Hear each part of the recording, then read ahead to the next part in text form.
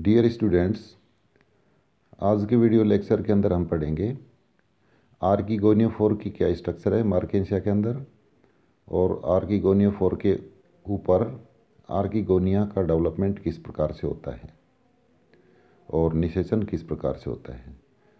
तो हमने एंथ्रीडियोफोर पढ़ा था, तो एंथ्रीडियोफोर के समान ही आर्किगोनियोफोर भी एक रूपांतरित शाखा ही होती है, और यह भी एक डिस्क युक्त सहव्रंत युक्त शाखा है, स्ट्रक्चर है। इसमें व्रंत की जो लंबाई होती है वो 5 से 7 सेंटीमीटर तक होती है, और आर्किगोनियोफोर के शीर्ष का 3 बार विभाजन होता है, जिसे रोजेट आकार की लगभग 8 पालियों युक्त एक डिस्क का निर्माण होता है, और प्रत्येक पाली के शीर्ष पर एक ग्रोविंग पॉइंट होता है, वृद्धि बिंदु होता है। अब इसमें देखिए कि पोजीशन ऑफ आर्किगोनिया ऑन आर्किगोनियोफोर, यानी आर्किगोनियोफोर के ऊपर आर्किगोनिया की स्थिति क्या होती है।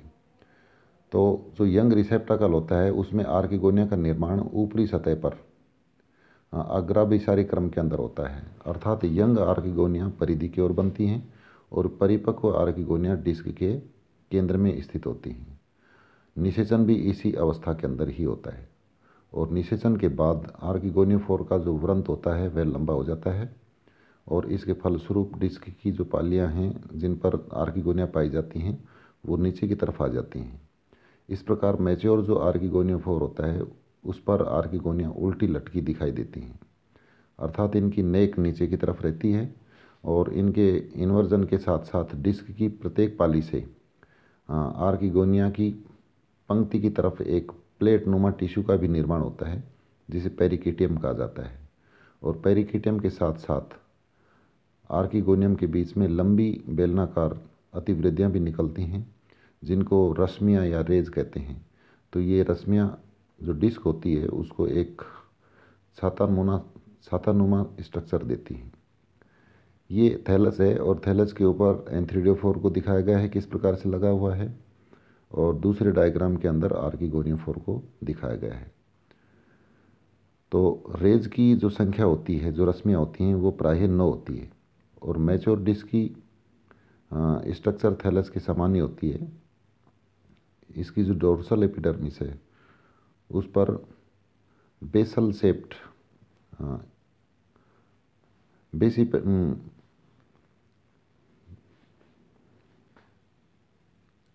बेसल शेप्ड एयर पोर्स होते हैं। और ये जो डायग्राम दिया गया है ये आर्किगोनियोफोर के एलएस का डायग्राम है। इस डायग्राम में एक हिस्सा ही दिखाया गया है जिसमें एक तरफ रे दिखाई गई है, और ये जो डिस्क है इसके ऊपर आर्किगोनिया दिखाई गई है। इसके नीचे की तरफ लटकी अवस्था के अंदर आर्किगोनिया है, और डिस्क का जो ऊपरी जो सरफेस आपको दिखाई दे रहा है इस पर एयर पोर्स वगैरह दिखाई दे रहे हैं, जिनके अंदर फोटोसिंथेटिक फिलामेंट्स भी दिखाई दे रहे हैं। तो इसके अंदर ए, बी और सी जो डायग्राम है इसके अंदर शुरुआत के डेवलपमेंट को दिखाए गए हैं। यंग स्टेज के अंदर आर्किगोनिया सिरे पर होती हैं डिस्क के, और इसके बाद में जैसे जैसे मैच्योर होती जाती हैं तो इनका स्टॉक लंबा होने के कारण आर्किगोनियोफोर का व्रंत की लंबाई बढ़ती है, जिससे डिस्क नीचे की तरफ झुक जाती है, और इसे जो मैच्योर आर्किगोनिया हैं वे परिधि की ओर रह जाती हैं, और यंग आर्किगोनिया अंदर की तरफ आ जाती हैं। अब हमें इसके अंदर पढ़ना है कि डेवलपमेंट आर्किगोनिया का किस प्रकार से हुआ है। तो मार्केंशिया में आर्किगोनियम का जो विकास होता है वो थैलस की डोर्सल सरफेस की किसी भी सुपरफिशियल कोशिका से ही होता है, और यह कोशिका आर्किगोनियल इनिशियल के रूप में कार्य करती है। इस कोशिका से आर्किगोनियम का विकास फ्लो चार्ट के द्वारा समझा जा सकता है। जैसे आर्किगोनियल इनिशियल होती है उसके अंदर अनुप्रस्थ विभाजन होगा, जिसे बेसल सेल बनेगी, और ऊपर की तरफ एक कोशिका बनेगी जिसको प्राइमरी आर्किगोनियल सेल कहा जाएगा। जो बेसल सेल बनती है उसको प्राइमरी स्टॉक सेल कहा जाता है। तो अब जो बेसल सेल होती है यह सेल डिवाइड करके आर्किगोनियम का व्रंत बनाती है, जो थैलस के अंदर धंसा रहता है। और जो ऊपरी कोशिका होती है जिसको आर्किगोनियल इनिशियल कहा गया है इस कोशिका के अंदर 3 इंटरसेक्टिंग डिवीज़न होते हैं और 3 इंटरसेक्टिंग डिवीज़न होने से एक एक्शियल सेल बनती है और 3 पेरिफेरल सेल्स बनती हैं। जो एक्शियल सेल होती है उसके अंदर डिवीज़न से ट्रांसवर्स डिवीज़न होगा, जिससे प्राइमरी कवर सेल बनेगी और अंदर की ओर सेंट्रल सेल बनेगी। जो पेरिफेरल सेल्स होती हैं वो पेरिफेरल सेल्स डिवाइड करती हैं एक एंटीक्लाइनल डिवीज़न के द्वारा और उसके द्वारा 6 जैकेट इनिशियल्स बनती हैं और इन 6 जैकेट इनिशियल्स के अंदर अनुप्रस्थ विभाजन होगा, जिससे कोशिकाओं के 6 कोशिकाओं के 2 टायर्स बनेंगे, एक अपर टायर और दूसरा लोअर टायर। तो ऊपरी टायर की जो 6 सेल्स होती हैं वो नेक इनिशियल्स कहलाती हैं और निचले टायर की जो 6 सेल्स होती हैं वो वेंट्री इनिशियल कहलाती हैं। तो इसके बाद जो सेंट्रल सेल होती है केंद्र के अंदर, उस सेंट्रल सेल के अंदर अनुप्रस्थ विभाजन होता है, जिसे ऊपर की ओर प्राइमरी नेक कैनाल सेल बनती है और नीचे की ओर प्राइमरी वेंट्र कैनाल सेल बनती है।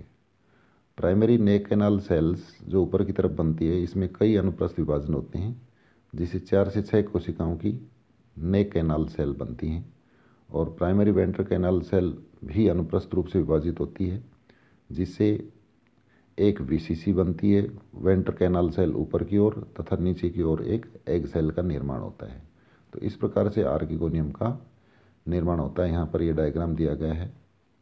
आर्किगोनियल इनिशियल, इसके अंदर अनुप्रस्थ विभाजन हुआ, जिसे आर्किगोनियल मदर सेल ऊपर की तरफ बनी है और नीचे की तरफ प्राइमरी स्टॉक सेल यानी बेसल सेल है।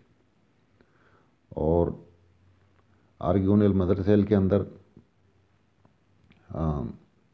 3 इंटरसेक्टिंग डिवीज़न हुए हैं, जिससे एक्शियल सेल बनी है बीच के अंदर और फिर बाहर की ओर 3 पेरिफेरल सेल्स इसमें दिखाई दे रही हैं। और इसके बाद इसके अंदर डिवीज़न हुआ है, जिससे 6 पेरिफेरल सेल्स इसके अंदर नज़र आ रही हैं। तो आगे के डिवीजन्स को आप फ्लो चार्ट के डायग्राम से समझ सकते हैं।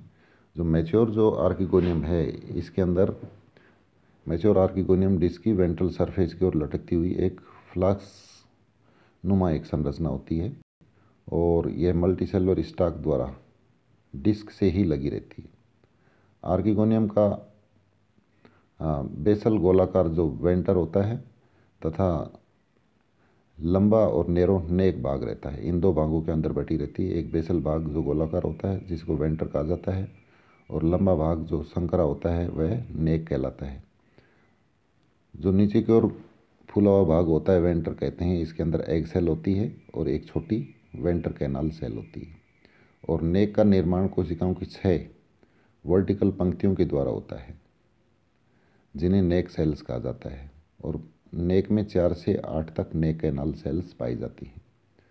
नेक के माउथ के ऊपर 4 कवर सेल्स होती हैं और प्रत्येक आर्किगोनियम के वेंटर के चारों ओर एक कॉलर के समान पेरिगाइनियम भी मिलता है।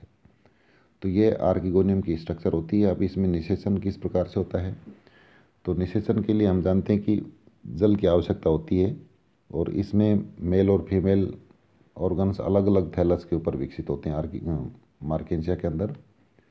इसलिए फर्टिलाइजेशन उसी अवस्था में संभव होता है जब दोनों थैलस पास पास उपस्थित हों।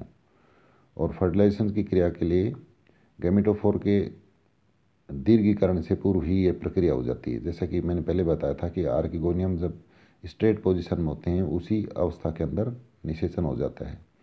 तो एंथेरोजोइड्स जल में तैरते हुए आर्किगोनियम तक पहुंच जाते हैं और इसी समय आर्किगोनियम की एनसीसी और वीसीसी यानी नेक कैनाल सेल और वेंट्र कैनाल सेल डिजोल्व हो जाती हैं और उनसे एक म्यूकस युक्त तरल पदार्थ बन जाता है और जिससे एंथेरोजोइड्स कीमोटैक्टिक मूवमेंट के द्वारा आकर्षित होते हैं और ये एग तक पहुंच जाते हैं।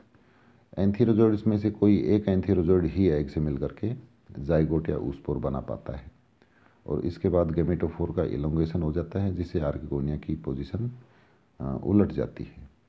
डिस्क की डोर्सल सरफेस से हरी बेलनाकार रेज विकसित होती हैं।